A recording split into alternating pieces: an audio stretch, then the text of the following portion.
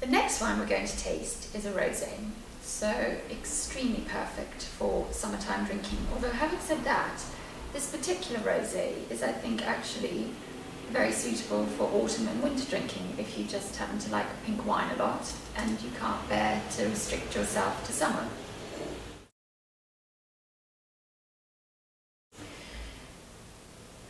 This rosé is really quite unusual in that it's from a still very unknown but really very exciting region called Bierzo in northwestern Spain.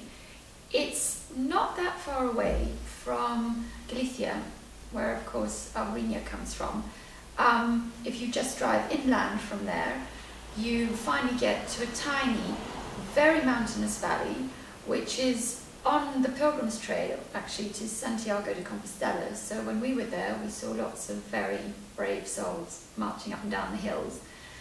It was really a region that was largely ignored and forgotten by serious wine producers because everything that was coming out of there was extremely boring, until legendary Spanish producer Alvaro Palacios, that we happen to be huge fans of, or certainly of his Rioja wines.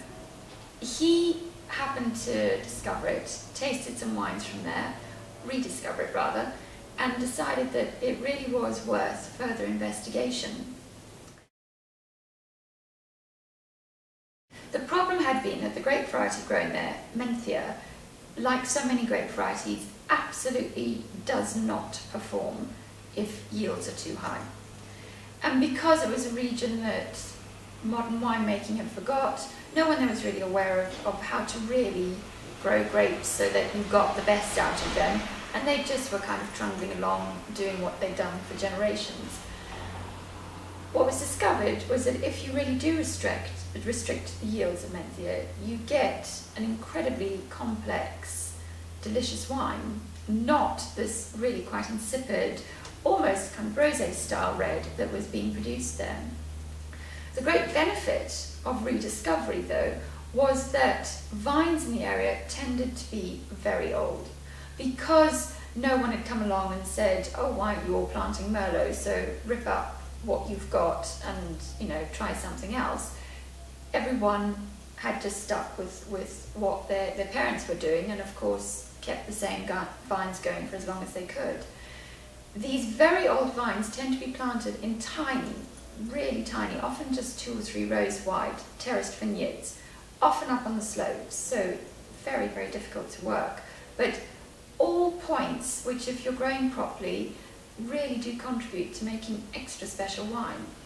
Mencia is an incredibly interesting grape variety. For a long time, people thought that it was related to Cabernet Franc, because it does have a kind of slightly peppery edge to it, which you do find in some very good Cabernet Franc. Plus, probably because the bad versions had a kind of wishy-washy character to them, which bad Cabernet Franc is, maybe that's where they made the connection. The truth of the matter is that Mencia isn't related to Cabernet Franc at all. It's its own completely unique grape variety, and what's really interesting about it is that it is so not Spanish in a way. Spain is one of the best places in the world for really rustic, intense reds, often quite big, but you know, there's a time and place for big. What Mencia seems to do very well is that there's definitely rusticity, but at the same time there's the most amazing, almost floral elegance, actually something that for me is akin to some types of Pinot Noir. It's just that there's this very earthy rusticity balancing that out and making it something completely different. The combination of those two characteristics, though, is fantastically exciting and in good examples, really, really delicious.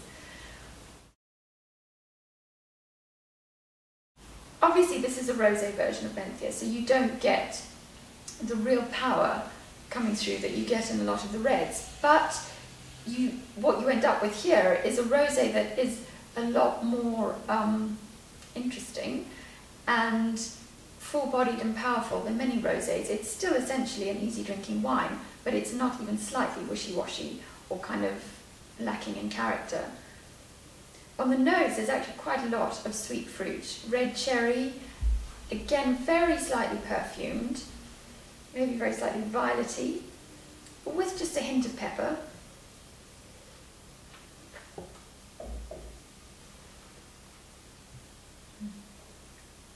Oh, that's really good.